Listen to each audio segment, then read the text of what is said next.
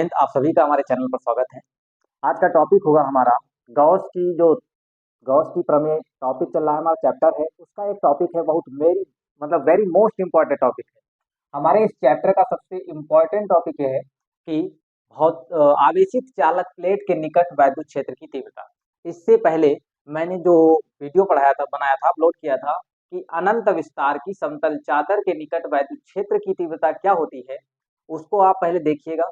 अगर आप उसको देख करके आते हैं तो मैं गारंटी लेता हूँ, वादा करता हूँ कि ये वाला टॉपिक जो है आप लोगों को बहुत अच्छे से समझ में आएगा। ठीक है, तो एक चीज समझिएगा कि आप लोगों को अगर ये चीज जो है, अगर वीडियो को अंत तक देखेंगे तो ये टॉपिक जो है आपके दिल और दिमाग में बिल्कुल बस जाएगा। इस टाइप से मैं आप लोगों को यहाँ पे समझाने वाला हूँ। तो बिना टाइम वेस्ट किए वीडियो को हम शुरू करते हैं और आप लोगों को बताते हैं कि यह जो टॉपिक है, देखो इससे पहले वाला वीडियो जब आप देखे होंगे तो और भी अच्छा समझ में आएगा, क्योंकि उससे कुछ चीजें रिलेटेड होती हैं इसके बाद आने वाले टॉपिक में।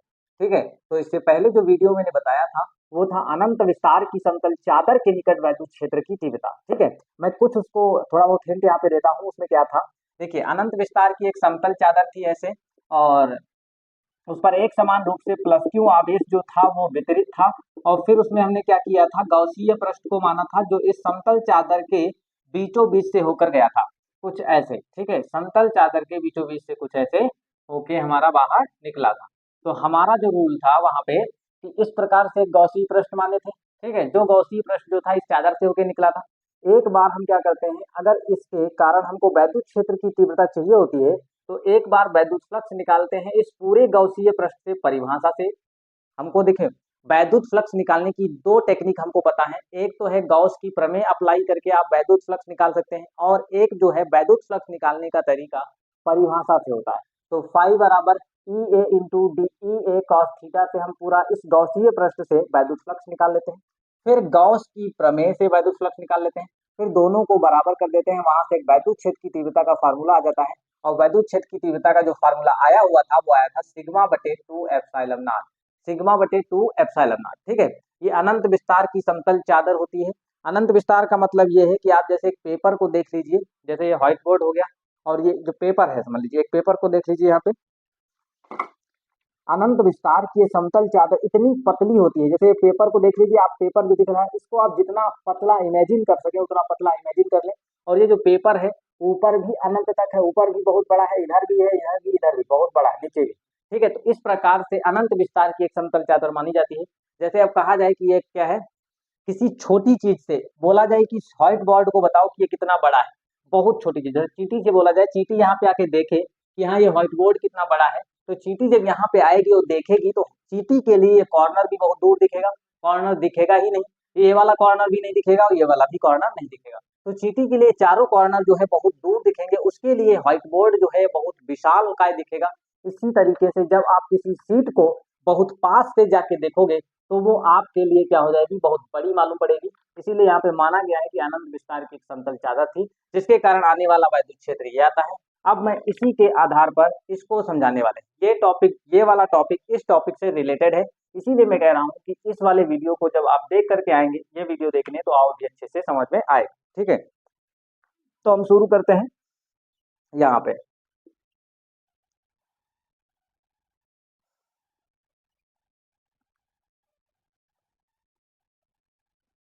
बस आप लोगों को है ये चीज पता होनी चाहिए कि प्लस आवेश के कारण वैद्युत क्षेत्र की जो दिशा होती है वो क्या होती है। अगर कहीं प्लस आवेश है और इसके कारण इस बिंदु पर वैद्युत क्षेत्र की तीव्रता देखनी, प्लस आवेश के कारण वैद्युत क्षेत्र की तीव्रता, प्लस आवेश के कारण वैद्युत क्षेत्र की जो तीव्रता होती है वह सदैव आवेश से दूर होती है, सदैव आवेश से दूर होती है, सदैव आवेश से दूर होती है।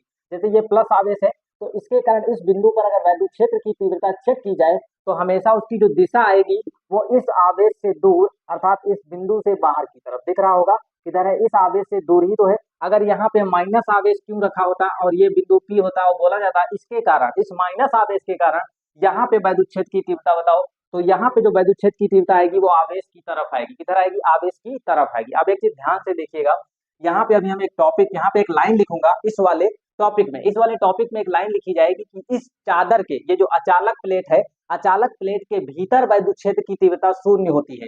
क्या होती है, अचालक प्लेट के भीतर, अचालक प्लेट के भीतर जो वैद्युत क्षेत्र की तीव्रता है वो शून्य होती है। क्या होती है, शून्य होती है अचालक प्लेट के भीतर। अचालक नहीं, ये चालक प्लेट है। चालक प्लेट के भीतर जो वैद्युत क्षेत्र की तीव्रता होती है शून्य होती है। चालक प्लेट बाबू है, अचालक नहीं, ठीक है। चालक प्लेट के भीतर जो वैद्युत क्षेत्र की तीव्रता होती है वो क्या होती है, शून्य होती है। क्यों शून्य होती है, इसका रीजन देखिएगा। मान लिया कि इस बिंदु पर हमको क्या चेक करना है, वैद्युत क्षेत्र की तीव्रता चेक करनी है। इस बिंदु पर हमको क्या चेक करना है, वैद्युत क्षेत्र की तीव्रता चेक करनी है। बात समझ में आई? तो अगर हम इस वाले आवेश के कारण, इस वाले आवेश के कारण यहाँ पर वैद्युत क्षेत्र की तीव्रता देखें तो ये इधर होगी, ऐसे ऐसे होगी कि नहीं होगी, तो वो वैद्युत क्षेत्र की तीव्रता आएगी इधर, ऐसे आएगी। तो वैद्युत क्षेत्र की तीव्रता किधर आएगी, इधर आएगी, ऐसे। अगर मैं इस वाले आवेश के कारण, ये जो इधर दिख रहा है तुमको, इस आवेश के कारण इस बिंदु पर, इस आवेश के कारण इस बिंदु पर वैद्युत क्षेत्र की तीव्रता चेक करूं, तो उसकी दिशा किधर जाएगी, वो इधर जाएगी कि नहीं जाएगी, इसकी तीव्रता इधर जाएगी। देखिएगा, अब यहाँ पे ध्यान देने वाली चीज ये है कि चालक प्लेट के भीतर अगर हम, चालक प्लेट के भीतर किसी भी बिंदु पर अगर वैद्युत क्षेत्र की तीव्रता को चेक करेंगे और दोनों तरफ प्लस आवेश है, इधर भी प्लस और इधर भी प्लस, तो वैद्युत क्षेत्र की तीव्रता हमेशा क्या आएगी, शून्य आएगी। क्यों? क्योंकि यहाँ पर देखिए इधर से आने वाली वैद्युत क्षेत्र की तीव्रता, क्योंकि ये जो चालक प्लेट है इसके कारण जो तीव्रता का फॉर्मूला होगा वो क्या होगा, सिग्मा बटे 2 एप्सिलॉन नॉट होगा। क्यों होगा, अभी रीजन बाद में बताएंगे हम, ठीक है। तो अब देखिए इस वाले आवेश के कारण, इस वाले आवेश के कारण यहाँ पर वैद्युत क्षेत्र की तीव्रता उधर जा रही है, और इस वाले आवेश के कारण, इस वाले आवेश के कारण यहाँ पर वैद्युत क्षेत्र की तीव्रता इधर आ रही है, और परिमाण में दोनों बराबर है। अगर परिमाण में दोनों बराबर हैं और एक दूसरे के विपरीत हैं, जब उस पर नेट निकालोगे, कुल निकालोगे, टोटल करोगे, तो एक दिशा क्या कर दोगे, माइनस कर दोगे, एक की दिशा क्या करोगे, माइनस। और जैसे ही माइनस करोगे तो क्या हो जाएगा, यहाँ पे नेट वैद्युत क्षेत्र की तीव्रता शून्य हो जाएगी। क्या हो जाएगी, यहाँ पे नेट वैद्युत क्षेत्र की तीव्रता शून्य हो जाएगी। अब ध्यान दीजिएगा, अब तो समझ में आ गया होगा कि यहाँ पे वैद्युत क्षेत्र की तीव्रता क्या होगी, शून्य होगी। अभी मैं एक लाइन में लिखूंगा अभी। अब यहाँ एक चीज ध्यान से देखिएगा, ये जो चालक प्लेट है, कह रहे हैं आवेशित चालक प्लेट के निकट वैद्युत क्षेत्र की तीव्रता दिखाओ। ये जो आवेशित चालक प्लेट है, ये दो, समझ लीजिए कि आप दो चादर से मिलकर बनी, चादर है एक प्रकार की, एक चादर है। जैसे आप इसको समझ लीजिए, जैसे ये क्या है, दो पेपर है ये, ठीक है, ये दो पेपर है। अब आपको करना क्या है, इन दोनों को अगर मिला दो, बहुत पतली चीज है, बहुत पतले के लिए आप इमेजिन करिए बहुत पतले हैं ये दोनों बहुत पतले हैं, दोनों को मिला करके चिपका कस के, गर्म करके बढ़िया चिपका के बिल्कुल एक चादर बनाई, ठीक है। जैसे आप देखते होंगे कभी जो प्रेशर वाला वो होता है रोलर, ठीक है, अगर दो कागज हो हिट करके उसके ऊपर चला दिया जाए कस के, तो वो दोनों आपस में चिपक जाएंगे, बहुत पतली चादर बन जाएगी। और बहुत पतली चादर, आप मान लीजिए बहुत बारीक बहुत पतली चादर है, ठीक है, और वो चालक है, धातु की बनी हुई है।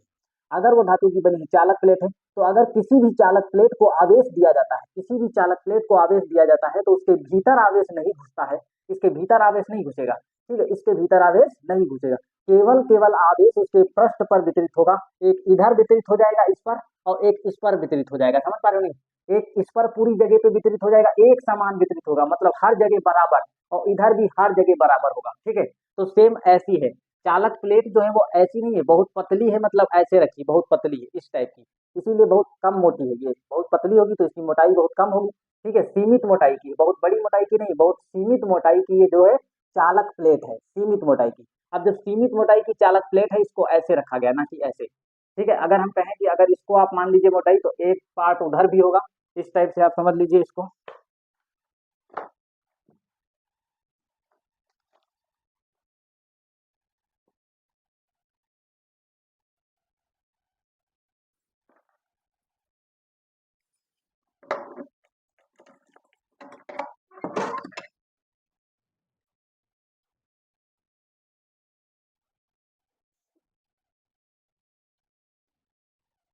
चलिए देखिएगा, समझिएगा, यहाँ पे अगर हम क्या कहें, ये जो चालक प्लेट है इतनी मोटाई की है, मान लेते हैं यहाँ पे इतनी मोटाई की है, फिलहाल इतनी मोटाई नहीं, बहुत पतली है, कागज से भी बहुत पतली मोटाई की है, दो कागज मिला के बनाई गई होगी, ठीक है। तो हम मान लेते हैं, अब ये इतनी पतली चालक प्लेट है, ठीक है, चालक प्लेट इतनी पतली है, तो इसके भीतर तो आवेश होगा नहीं इस जगह पे, आवेश जो होगा वो इस किनारे पर होगा, यहाँ पर, ठीक है, इस वाले पृष्ठ पर ऐसे, आवेश जो होगा इस वाले पृष्ठ पर होगा, ये जो दिख रहा होगा तुमको ये वाला, ठीक है, इस पर होगा, और दूसरा आवेश, दूसरा जो पृष्ठ होगा वो इस पर होगा, ठीक है। तो इसके बीच में आवेश नहीं है, इस पर आवेश है और इस पर आवेश है, चालक प्लेट को जस्ट ऐसे रखा गया, ऐसे। तो तुमको ये वाला हिस्सा, तुमको ये वाली चीज दिख रही है, जो चीज तुमको दिख रही है वो इधर वाली दिख रही है, ये वाली, ना कि ऐसे रखी गई है, ठीक है।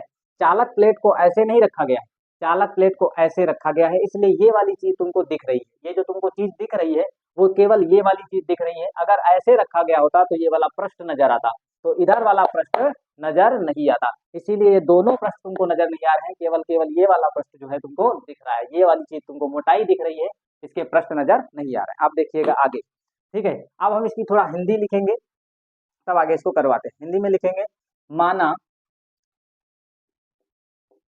माना सीमित सीमित या परिमित बोल सकते हो, सीमित मोटाई की चालक प्लेट को सीमित मोटाई की चालक प्लेट है, कैसी प्लेट है, सीमित मोटाई की चालक प्लेट को निर्वात में रखा गया है। कहाँ पे, सीमित मोटाई की चालक प्लेट को निर्वात में रखा गया है, रखा गया है, जिस पर, जब उसको निर्वात में रखा गया है, जिस पर प्लस क्यू आवेश देने पर, प्लस क्यू आवेश, जिस पर प्लस क्यू आवेश देने पर आवेश आवेश उसके उसके बाह्य पृष्ठों पर एक समान एक समान रूप से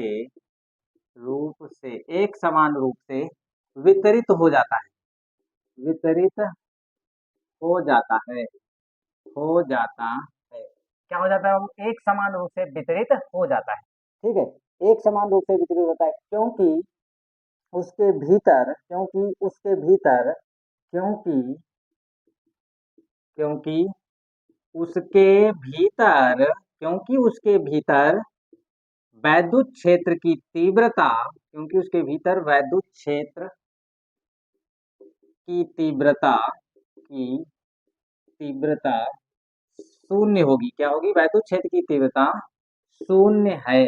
क्या है, शून्य है। अब देखिएगा, चालक जो है, जो कंडक्टर है, कंडक्टर मतलब है जो चालक है, वह क्या है, उसके भीतर जो वैद्युत क्षेत्र की तीव्रता है वो कंप्लीटेड शून्य हो गई है। वैद्युत क्षेत्र की तीव्रता जब यहाँ पे शून्य हो गई है तो दिया गया आवेश हमेशा उसके पृष्ठ पर वितरित होगा, बाह्य पृष्ठ पर वितरित होगा। अगर कोई चालक है, चालक समझते होंगे जिसमें वैद्युत धारा प्रवाहित हो सकती है, अगर कोई चालक है उसको आवेश दिया जाए तो आवेश हमेशा उसके भीतर नहीं प्रवेश करता है, केवल उसके पृष्ठ पर ही वितरित रहता है। जैसे आप रोड पर तार देखते होंगे जिसमें करंट दौड़ती है, तो करंट के भीतर आवेश नहीं होता है, आवेश उस तार के ऊपर होता है। आवेश कहाँ होता है, आवेश उस तार के ऊपर होता है। इसीलिए जब भी कोई व्यक्ति उस तार को छूता है तो वह आवेश उसके बॉडी में ट्रांसफर कर जाता है। जब आवेश उसके बॉडी में ट्रांसफर कर जाता है तो वही आवेश, मतलब आवेश का फ्लो करना ही करंट कहलाता है, और इसी की वजह से उसको झटका महसूस होता है। ठीक है, बात समझ पा रहे हो। अब आगे देखिएगा, तो इतनी थ्योरी लिख लिया, अब इसके आगे लिखेंगे हम चालक प्लेट से कुछ दूरी पर, चाहे आप कुछ दूरी मतलब स्मॉल आर दूरी मान लीजिए, या कुछ निकट, चालक प्लेट के निकट बिंदु पी पर वैद्युत क्षेत्र की तीव्रता ज्ञात करनी। अब लिखेंगे चालक प्लेट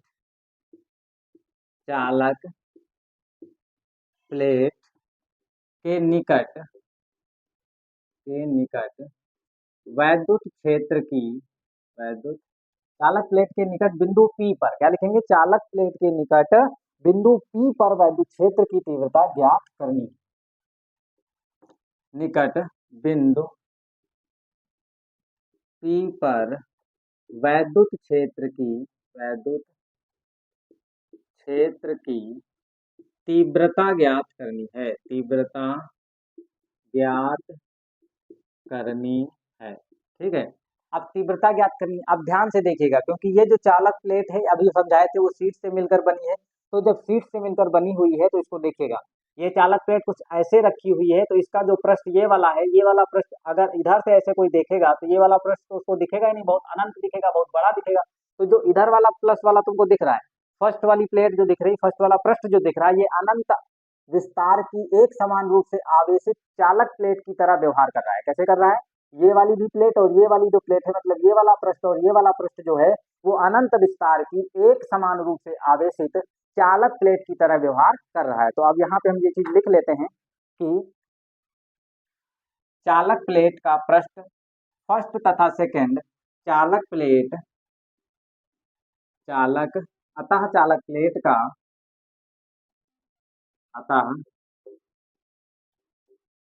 चालक प्लेट का चालक प्लेट का पृष्ठ फर्स्ट व सेकंड अनंत विस्तार की अनंत विस्तार की समतल चादर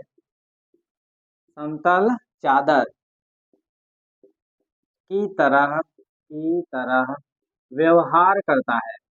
व्यवहार करता क्या करता है? व्यवहार करता है। ठीक है, पृष्ठ जो है ये वाला पृष्ठ और ये वाला पृष्ठ जो है चादर की तरह व्यवहार करता है। ठीक है, इतनी लिख लिया, इतनी आपको थ्योरी लिखनी है बस, और थ्योरी इसी में लिखी है। देखिए ध्यान से देखिएगा, माना सीमित मोटाई की लिख सकते हो या परिमित मोटाई की लिख सकते हो। माना परिमित मोटाई की चालक प्लेट को निर्वात में रखा गया है।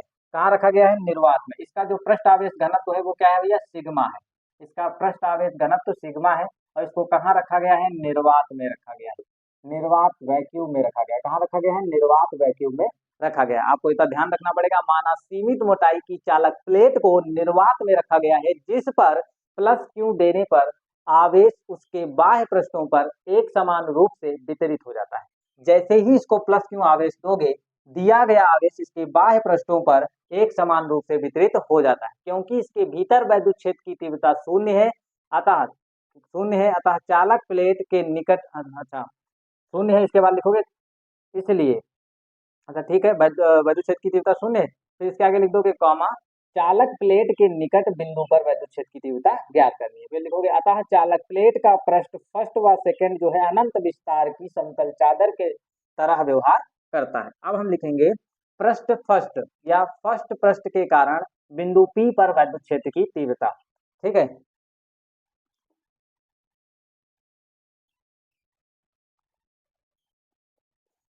ये फर्स्ट पृष्ठ मान लीजिए, या फिर ये भी अपने आप में चादर मान लीजिए, या फर्स्ट पृष्ठ मान लीजिए। तो फर्स्ट पृष्ठ के कारण बिंदु P पर वैद्युत क्षेत्र की तीव्रता, क्या लिखोगे? वैद्युत क्षेत्र की तीव्रता। फर्स्ट पृष्ठ के कारण वैद्युत क्षेत्र की तीव्रता लिखनी है, तो यहाँ पे क्या हो जाएगा हमारा? E first is equal to कितना हो जाएगा? यहाँ पे देखिएगा E first is equal to sigma बटे 2 एप्सिलॉन नॉट। कितना हो जाएगा? E first is equal to sigma बटे 2 epsilon naught. E first is equal to sigma बटे 2 एप्सिलॉन नॉट। ठीक है, ऐसे ही हम निकाल लेंगे सेकंड पृष्ठ के कारण। सेकंड पृष्ठ के कारण बिंदु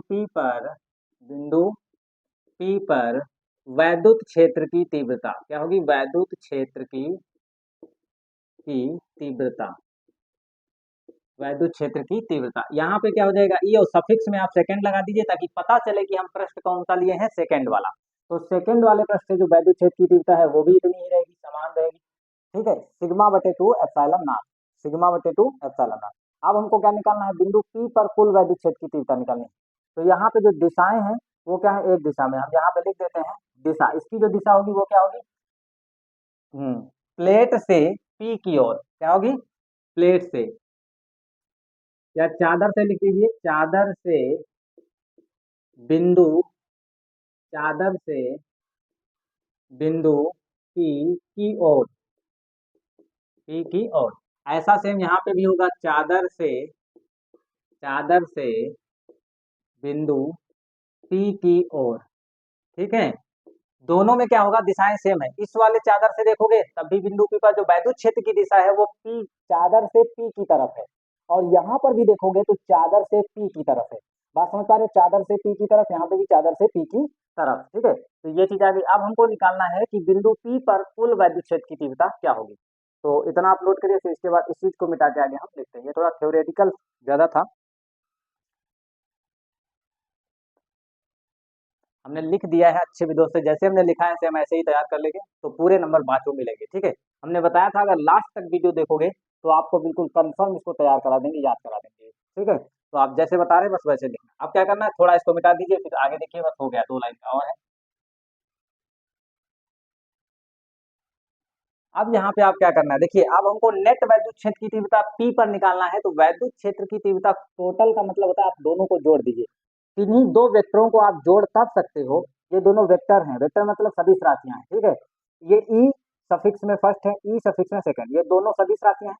इनको आप तब जोड़ सकते हो जब दोनों एक ही दिशा में हो, और यहाँ पे एक ही दिशा में है। बड़ी अच्छी बात यह है कि ये दोनों एक ही दिशा में बिंदु P पर हैं, इसलिए हमको कुछ नहीं करना है, हम लिखेंगे बिंदु P पर कुल वैद्युत क्षेत्र की तीव्रता। अब लिखा जाएगा बिंदु P पर, अतः बिंदु P पर कुल वैद्युत क्षेत्र की तीव्रता। अतः बिंदु P पर कुल वैद्युत क्षेत्र की तीव्रता ई बराबर क्या हो जाएगा, ई फर्स्ट प्लस ई सेकेंड, ठीक है। ई फर्स्ट प्लस ई सेकेंड, और ई फर्स्ट का मान कितना हो जाएगा, ई फर्स्ट जो होगा वो हो जाएगा सिग्मा बटे 2 एप्सिलॉन नॉट, और यहाँ पे क्या हो जाएगा सिग्मा बटे 2 एप्सिलॉन नॉट। इन दोनों को जब जोड़ोगे तो क्या होगा, देखो नीचे वाले हर समान है, यहाँ 2 एप्सिलॉन नॉट है, यहाँ भी 2 एप्सिलॉन नॉट है, नीचे वाला जब सेम होता है तो ऊपर वाले डायरेक्ट जुड़ते हैं, क्या होते हैं, ऊपर वाले डायरेक्ट जुड़ जाते हैं। अगर नीचे वाले सेम है, जैसे 2 एप्सिलॉन नॉट यहाँ है और 2 एप्सिलॉन नॉट यहाँ है, तो ऊपर वाला डायरेक्ट जुड़ेगा, तो जुड़ के कितना हो जाएगा, देखो एक सिग्मा और एक सिग्मा मिलेगा तो कितना हो जाएगा, 2 सिग्मा हो जाएगा। तो यहाँ से 2 और 2 बर्बाद हो जाएगा, तो यहाँ बचेगा कौन, सिग्मा बटे एप्सिलॉन नॉट। कौन बचेगा, सिग्मा बटे एप्सिलॉन नॉट। तो नेट वैद्युत क्षेत्र की जो तीव्रता है ई बराबर वो कितनी आ गई है, सिग्मा बटे एप्सिलॉन नॉट, और जिसकी दिशा क्या है, चादर से लंबवत बाहर की तरफ, चादर से लंबवत बाहर की तरफ। अब एक चीज ध्यान दीजिएगा, कुछ बच्चे ये भी सोच रहे होंगे क्या बिंदु P को हम इधर नहीं मान सकते हैं। अगर आप बिंदु P को इधर मानोगे, ठीक है, ध्यान से देखिएगा, न्यूमेरिकल में काम आता है, कहीं इधर बिंदु दिया होगा या फिर बीच में बिंदु दिया होगा, तो बीच में अगर दिया है तो बिंदु P या बिंदु कोई भी बिंदु अगर चालक प्लेट के बीचों बीच में दिया है और दोनों आवेश सेम है, एक प्लस एक माइनस, सॉरी दोनों प्लस हैं, तो सीधे लिख देना आप चालक के भीतर वैद्युत क्षेत्र की तीव्रता क्या होती है, शून्य। चालक के भीतर वैद्युत क्षेत्र की तीव्रता शून्य होती है, क्या होती है, शून्य होती है। चालक के भीतर वैद्युत क्षेत्र की तीव्रता क्या होती है, शून्य। कब, जब दोनों पर प्लस आवेश हो, इधर भी प्लस इधर भी आवेश प्लस हो, तब वैद्युत क्षेत्र की तीव्रता क्या होगी, शून्य होगी। अब यहाँ समझिएगा, अगर हम इसी बिंदु को यहाँ मान लिया क्यू बिंदु इधर है और इस पर वैद्युत क्षेत्र की तीव्रता चाहिए, तो इस वाले चादर के कारण वैद्युत क्षेत्र की तीव्रता बाहर की तरफ आएगी, इसके कारण भी वैद्युत क्षेत्र की तीव्रता बाहर की तरफ आएगी। केवल दिशा बदलेगी, बाकी सारा चीज वही करना पड़ेगा, बाकी सब कुछ वही करना पड़ेगा। दिशा केवल क्या हो जाएगी, उधर उधर की तरफ था, इसमें क्या हो जाएगा, इधर हो जाएगा, ठीक है, पीछे की तरफ। अगर हम ऐसे मान ले वो आगे का हिस्सा है और ये पीछे का हिस्सा है, तो हम इधर भी बिंदु P पर जो वैद्युत क्षेत्र की तीव्रता आई है वो आगे की तरफ कहलाएगी, और इधर क्यों पर जो वैद्युत क्षेत्र की तीव्रता है वो पीछे की तरफ कहलाएगी। बात समझ पा रहे हैं कि नहीं, बाकी उसमें कोई फर्क नहीं है, ठीक है, बाकी उसमें कुछ करना नहीं है, ऐसे होगा। तो यहाँ पे क्या हो जाएगी, दिशा क्या होगी, चादर से बिंदु P की तरफ, चादर से बिंदु P की ओर, चादर से बिंदु P की ओर, ये हो गई दिशा। और ये प्रूफ भी आपका जो है वो कंप्लीट हो चुका है। तो ई बराबर सिग्मा बटे एप्सिलॉन नॉट आता है, क्या आता है, अगर चालक प्लेट दी हुई है तो उसके कारण वैद्युत क्षेत्र की तीव्रता का मान आता है ई बराबर सिग्मा बटे एप्सिलॉन नॉट, ई बराबर सिग्मा बटे एप्सिलॉन नॉट। तो इसको आप नोट करिएगा, तो इसके आगे देखते हैं।